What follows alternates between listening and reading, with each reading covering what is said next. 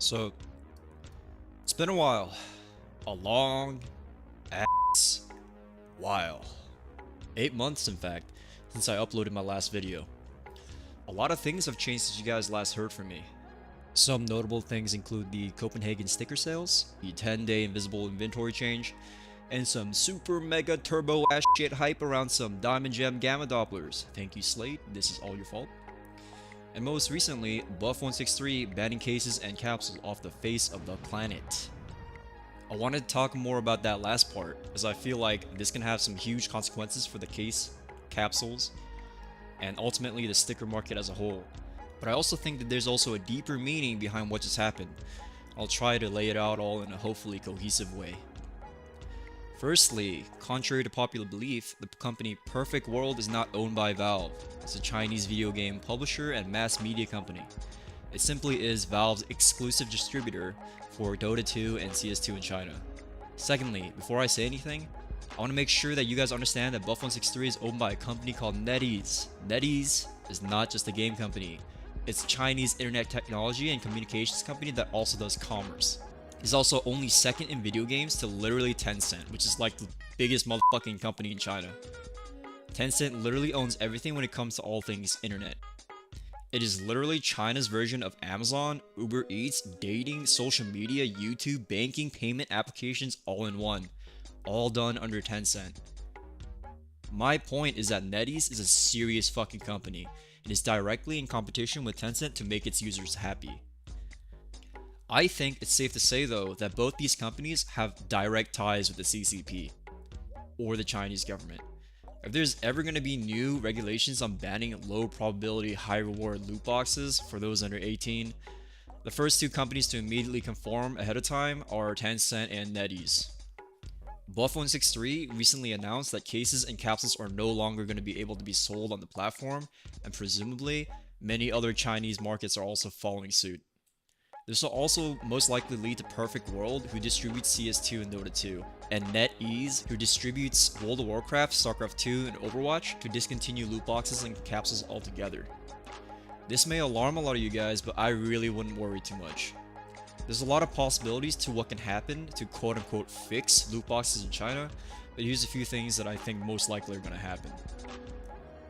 They might specifically change how loot boxes work in China, similarly to how it was done in France with the extra P250, but the problem we face when we make this comparison is that the people in France were still not able to purchase any containers on the Steam market, but they were still able to sell them.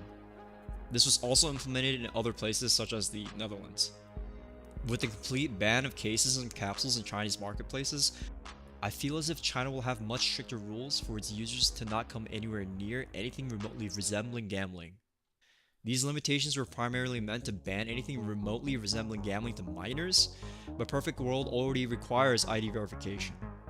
This is why I think BUFF163 is banning the trade of all containers, because currently you cannot control which accounts can trade what specific items to what account that may belong to someone who is underage.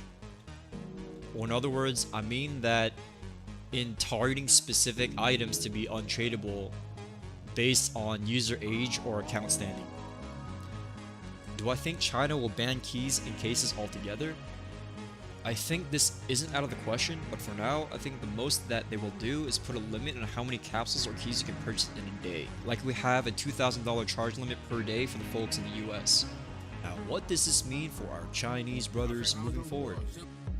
I forgot to take a pic of when this happened, but apparently people on BUFF163 already knew about this before it even hit, as I saw numerous high-end capsules, like the DreamHack 2014 capsules for an example, for heavily discounted prices before everything was taken out of the market. This will likely mean that currently the only way for people to sell capsules in China is to proxy sell them on different regions' marketplaces like we do for BUFF163, or to simply trade capsules for items or just open them up. The people who are most impacted by this, I feel like, are those who hold Caterwise 2014 capsules in China, but time will tell if the inability to sell capsules will affect the prices of volume of stickers moving forward. Lastly, I want to talk about the loot system as a whole for CS. As you know, case farmers has been a thing since the release of cases themselves. There are literally whole operations of case farmers out there that actually pump tens of thousands of these things into the market every single day. making even more money than some modern crypto farms by ratio. Recently, these farms have come to attention, and there's already evidence that Valve is indeed cracking down on these farm operations. But in my opinion, there's a completely separate issue that we have to address here. Okay, so disclaimer, from this point on, the things I will say are my hottest takes and speculations, but really should only be taken with a grain of salt. For the longest time, loot boxes and keys have been extremely controversial. To cut it short, I feel like there will eventually come a day when keys and capsules will no longer be able to be generated or bought through the in-game store, and case drops are no longer going to be an actual thing.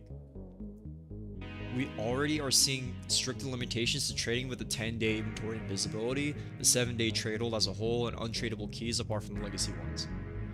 There's also Valve literally community banning anyone who comments the words like buy, sell, and any third-party website like CS2, BUFF163, Skinport, etc. on people's profiles. I even got a community ban myself like 3 days ago because I wrote on another guy's profile for him to send an item that I was trying to buy. This also resulted in me having to dispute a penalty fee with the website I bought the item from, but I digress. But out of everything I want to emphasize here in this video today, here's what I really have to say. The easiest thing for Valve to do to avoid lawsuits over loot boxes correlating with gambling and how loot boxes work is to get rid of cases, capsules, and keys altogether, at least new ones. I want to refer back to the case bot farms I mentioned earlier. Even with them operating, the prices of cases have risen accordingly to the demand and rise in player population. There's a reason why case farms were so profitable in the first place. Active duty cases that were once 3 cents on the Steam community market are now averaging 40 cents each. Banning case farms will obviously reduce the production of cases and ultimately raise case prices, assuming that demand will continue to grow and case unboxings exceed the quote-unquote true production rates of 1 case every week for one legit player account.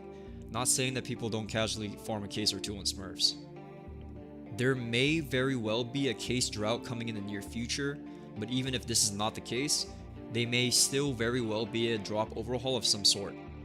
I think when CS2 eventually gets its cheating situation handled and bugs and playability settled, operations may come on a very regular basis, maybe even multiple times a year, much like how some games have seasons or battle passes. With the release of each operation, players will have an unlimited amount of potential until its discontinuance to spend their money to purchase things like stickers, agents, and weapons without the use of cases and capsules.